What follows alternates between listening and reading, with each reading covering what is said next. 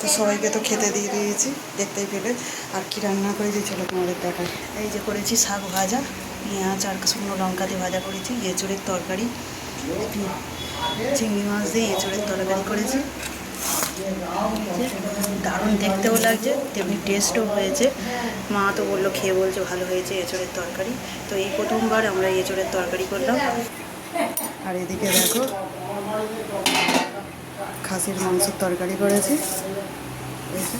সবাইকে বেড়ে দিয়েছি। তো এখনো আছে, আমার জন্য বাড়বো।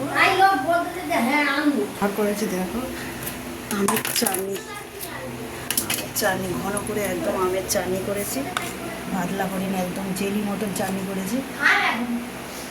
এই ছিল আজ দুপুরের মেনু। শুভ দুপুর বন্ধুরা, শুভ দুপুরের শুভেচ্ছা ভালোবাসা রইলো। তো চলে এসো, কারা কারা খাবে শুভ দুপুরের এক থালিতে বসে একসাথে বসে খাওয়া হবে।